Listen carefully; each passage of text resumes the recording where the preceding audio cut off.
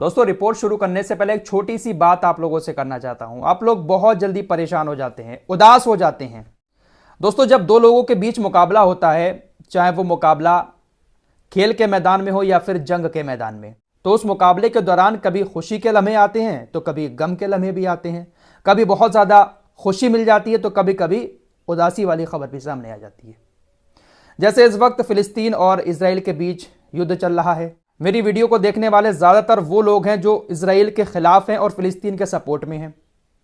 तो जो वीडियो मैं इजराइल के खिलाफ बनाता हूं, जहां पर मैं इजराइल की बर्बादी दिखाता हूं, आप बहुत ज़्यादा खुश होते हैं, आपको पसंद भी आती है वो वीडियो। लेकिन जब कभी भी फिलिस्तीन को लेकर कुछ खबर होती है जहां पर फिलिस्तीन या हमास को कोई नुकसान हो रहा होता है, तो आप लोग उदास हो जाते हैं और हिम्मत हार जाते हैं। फिर आप लोग मुझसे आकर कहते हैं कि फराज भाई, आप तो बहुत दिखा रहे हो कि इजराइल बर्बाद हो रहा है, इजराइल की हालत ख़राब हो चुकी है, इजराइल इस जंग में हार चुका है। लेकिन देखिए, इजराइल तो हमास के टॉप लीडर को मार दे रहा है। कल शाम ही मैंने आपको सारे सबूतों के साथ एक वीडियो दिखाई थी कि इजराइल इस जंग में कुछ भी हासिल नहीं कर पाया है, उसने अपनी सेना को भी वापस बुला लिया है। सारे सबूतों के साथ मैंने सारी चीज़ें आप लोगों को दिखाई थी और यही रियलिटी भी है। अभी भी इजराइल इस जंग में कुछ भी हासिल नहीं कर पाया है। खुद इजराइल का डिफेंस मिनिस्टर अब इस बात को कह रहा है कि अगर हम नहीं जीत पाए अब इस जंग को, तो हमारा यहां पर रहना मुश्किल हो जाएगा।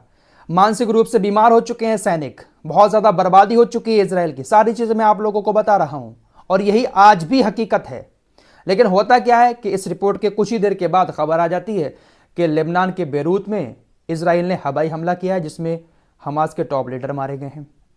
जब यह खबर आप लोगों को मैंने सुबह बताई तो आप लोग उदास हो गए, आप लोग परेशान हो गए कि फराज भाई, आप तो रात बड़ी बड़ी बातें कर रहे थे कि इजराइल को इस जंग में हार मिल चुकी है और अब देखिए इजराइल ने हमास के टॉप लीडर की हत्या कर दी। मेरे दोस्तों, ये जंग है और जंग के दौरान कभी किसी को नुकसान होता है, कभी किसी को नुकसान होता है। लेकिन इतने समझदार तो आप लोग भी हैं कि 3 महीने हो चुके हैं, हमास एक छोटा सा संगठन दुनिया के सुपर पावर देशों का किस तरह से डटकर सामना कर रहा है, तो क्या इसमें हमास की जीत नहीं है? इजराइल ने हमास के अगर एक टॉप लीडर को मार दिया तो क्या इसमें इजराइल की जीत हो गई? इजराइल तो कब से हमास के लोगों को मारता चला आ रहा है और बड़े बड़े नेताओं को मार दिया, बड़े बड़े नेताओं को जेल के अंदर बंद कर दिया। लेकिन क्या हमास झुका? हमास पहले से और ज्यादा मजबूत होकर इजराइल के सामने आया है। बाकी आप लोग ये बात भी अच्छे से जानते हैं कि इजराइल और अमेरिका जैसे देश जो हैं वो सिर्फ हवाई हमले करना जानते हैं। हवाई हमले करके ये कहीं पर भी किसी को भी मार सकते हैं, लेकिन इनकी इतनी औकात नहीं है कि ज़मीनी स्तर पर ये लड़ाई लड़ सकें। इजरायली सेना का हाल आप गाजा के अंदर देख चुके हैं, लाल सागर के अंदर आप अमेरिकी सेना का हाल देख चुके हैं। अमेरिका ने अपने कई सारे जहाज़ों को वापस कर लिया है, युद्धपोतों को। बड़ी खबर ये आ रही है कि यमन के हूतीज़ ने इजराइल के बेरूत में हमले के तुरंत बाद दक्षिणी लाल सागर में 2 एंटी शिप बैलिस्टिक मिसाइल से हमला किया है। कई सारे जहाज उस तरफ जा रहे थे, दक्षिण लाल सागर के अंदर 2 एंटी शिप बैलिस्टिक मिसाइल से हमला किया है। कितने जहाज़ों को नुकसान हुआ है इसकी अभी कोई खबर सामने नहीं आई है। यूएस सेंट्रल कमांड ने भी इस बात की जानकारी दी है। एंटी शिप बैलिस्टिक मिसाइल कोई छोटी मोटी मिसाइल नहीं है, अगर ठीक से किसी जहाज पर गिर जाए ना तो जहाज कचरा बन जाएगा। 2 तगड़ी मिसाइलें छोड़ी हैं। कितना नुकसान हुआ है अभी खबर नहीं आई है, हूतीज़ की तरफ से जब बयान आएगा तब पता चलेगा। तो हूतीज़ ने साफ ऐलान कर दिया है बेरूत में हुई हत्या के बाद कि हम पहले भी फिलिस्तीन भाइयों के साथ थे और आज भी अपने फिलिस्तीनी भाइयों के साथ खड़े हैं। वहीं दोस्तों, आज हिजबुल्लाह के जो हसन नसरुल्लाह हैं वो भी कुछ देर के बाद शाम को एक स्पीच देने वाले हैं और कहा जा रहा है कि इस स्पीच में वो कुछ बड़े ऐलान कर सकते हैं। वहीं अमेरिकी मीडिया रिपोर्ट्स की माने तो अमेरिका इजराइल के बेरूत में हमला करने से बहुत ज़्यादा नाराज हो गया है। अमेरिका ने कहा कि पहली बात, आपने हमें बताया नहीं हमला करने से पहले। दूसरी बात, आपने लेबनान के अंदर घुसकर उसकी राजधानी में इस तरह से ड्रोन अटैक किया है, यह पूरी तरह से गलत है। आपने हमें अंधेरे में रखकर यह हमला किया है।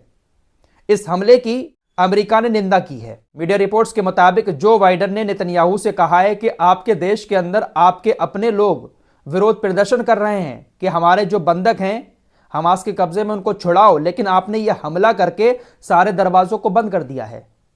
अब कैसे हमास से बातचीत की जाएगी बंधकों को छुड़ाने की, क्योंकि हमास ने साफ इनकार कर दिया है कि अब इजराइल से हम किसी तरह की कोई भी बातचीत नहीं करेंगे। साथ ही साथ बड़ी खबर यह आ रही है कि जो बीच में मिस्र पड़ा हुआ था, मिस्र कोशिश कर रहा था कि कैसे भी करके डील कराई जाए इजराइल और हमास के बीच, मिस्र ने भी हाथ खड़े कर दिए हैं और अपने आप को इस डील से अलग कर दिया है। मिस्र ने कहा कि हम अब किसी तरह की कोई बातचीत हमास और इजराइल के बीच नहीं करवाएंगे। साथ ही साथ जो इजराइल के अधिकारी कतर के अंदर मौजूद थे बातचीत करने के लिए, वो अधिकारी भी वापस आ चुके हैं। यानी बातचीत के अब सारे दरवाजे हमास और इजराइल के बीच बंद हो चुके हैं। सब्र रखिए दोस्तों, बेंजामिन नेतन्याहू अपने ही लोगों से अपने ही देश के अंदर पिटेगा। इजराइल के वो यहूदी बहुत ज्यादा गुस्से में हैं जिनके परिवार के लोग हमास के कब्जे में हैं। लगातार विरोध प्रदर्शन तेल अवीव के अंदर हो रहे हैं। बहुत ज्यादा परेशान नेतन्याहू है और इसी की झुंझलाहट में वो इस तरीके के हमले कर रहा है। वहीं दोस्तों, इजराइल ने लेबनान के अंदर घुसकर ये जो हमला किया है, इसको लेकर लेबनान के जो प्रधानमंत्री हैं उन्होंने संयुक्त राष्ट्र महासभा में इजराइल की शिकायत कर दी है। हंसी आती है जब कोई ऐसी बातें सामने आती हैं। संयुक्त राष्ट्र महासभा में शिकायत कर दी है कि इजराइल ने हमारे देश के अंदर घुसकर इस तरह से जो काम किया ये काफी गलत है और इसके लिए इजराइल को सजा मिलनी चाहिए। क्या औकात है संयुक्त राष्ट्र महासभा की भी कि इजराइल के खिलाफ कोई एक्शन ले सके?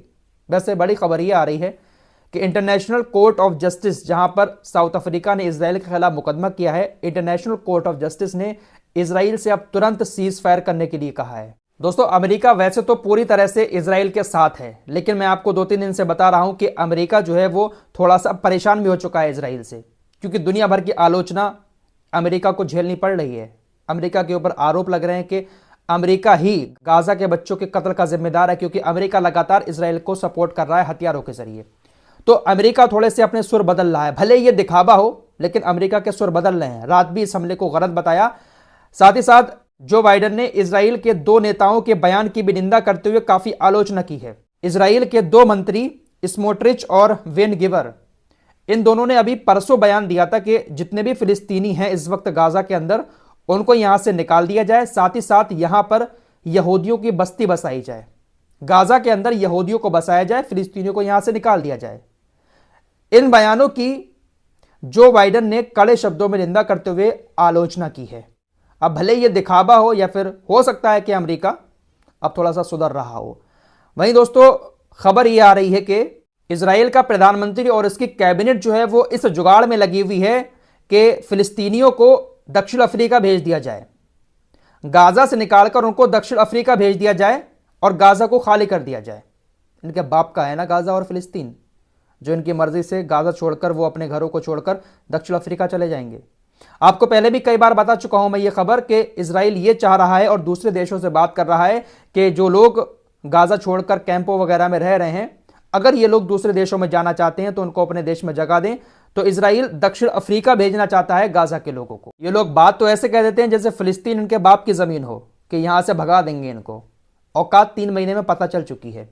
वहीं दोस्तों, साले अल अरूरी का जो गांव है वेस्ट बैंक के अंदर, वहां पर रात ही हजारों की तादाद में लोग इकट्ठे हो गए और साले अल अरूरी जिंदाबाद, साले अल अरूरी अमर रहें, इस तरह के नारे भी लगाए गए। यानी साले अल अरूरी की मौत के बाद भी वहां के लोग जो हैं वो पूरी तरह से सपोर्ट में हैं हमास के। वहीं अमेरिकी सीनेटर ने भी एक आह्वान किया है कि अमेरिका जो इजराइल को फंडिंग दे रहा है, इस अवैध युद्ध के लिए अमेरिका को इस फंडिंग पर रोक लगानी चाहिए। यह अमेरिकी सीनेटर की तरफ से बयान आया है। अमेरिकी सीनेटर्स ने कहा कि अमेरिका इजराइल को जो फंडिंग दे रहा है, उस फंडिंग के जरिए इजराइल गाजा के बेकसूर बच्चों और महिलाओं को मार रहा है, लिहाजा तुरंत इजराइल की इस फंडिंग पर रोक लगाई जाए। अब देखते हैं कि अमेरिका क्या करता है। फिलहाल ये कुछ खबरें थी जो आपके सामने रखी, और एक बात फिर से आपसे कहना चाहूंगा कि जो भी खबरें मैं आपके सामने रखता हूं वो कोई बड़ा चढ़ाकर नहीं होती हैं कि आपको खुश करने के लिए रखूं। जब उदास करने वाली आपको खबर आती है, उदास करने वाली खबर देता हूं। जब खुश करने वाली खबर आती है तो खुश करने वाली खबर भी आपको देता हूं। देखिए, वही कहूंगा फिर से कि मुकाबला जब 2 के बीच होता है तो ऐसा होता रहता है। फिलहाल सब्र रखिए, मिलते हैं एक और नई वीडियो के साथ, तब तक के लिए अपना ख्याल रखिए।